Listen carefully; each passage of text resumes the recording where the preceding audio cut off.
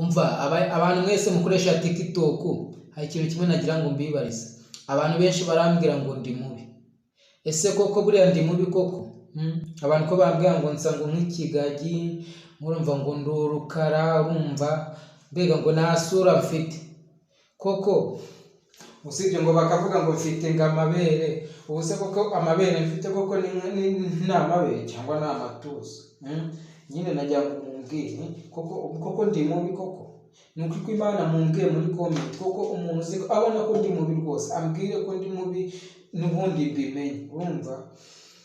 Ubwo nyine ni mumbwira ko ndi mubi muri nk'abantu nka 5 ndamenya ko ndi mubi, n'ubundi nzajya ngenda nzi ko ndi mubi. Ariko ni mumbwira ko ndi mwiza, umva nzajya niyemera, umva numve ko ndijira, numve ko ndibo mwaba bari mukanafowinga koko ndi umuntu wanyu.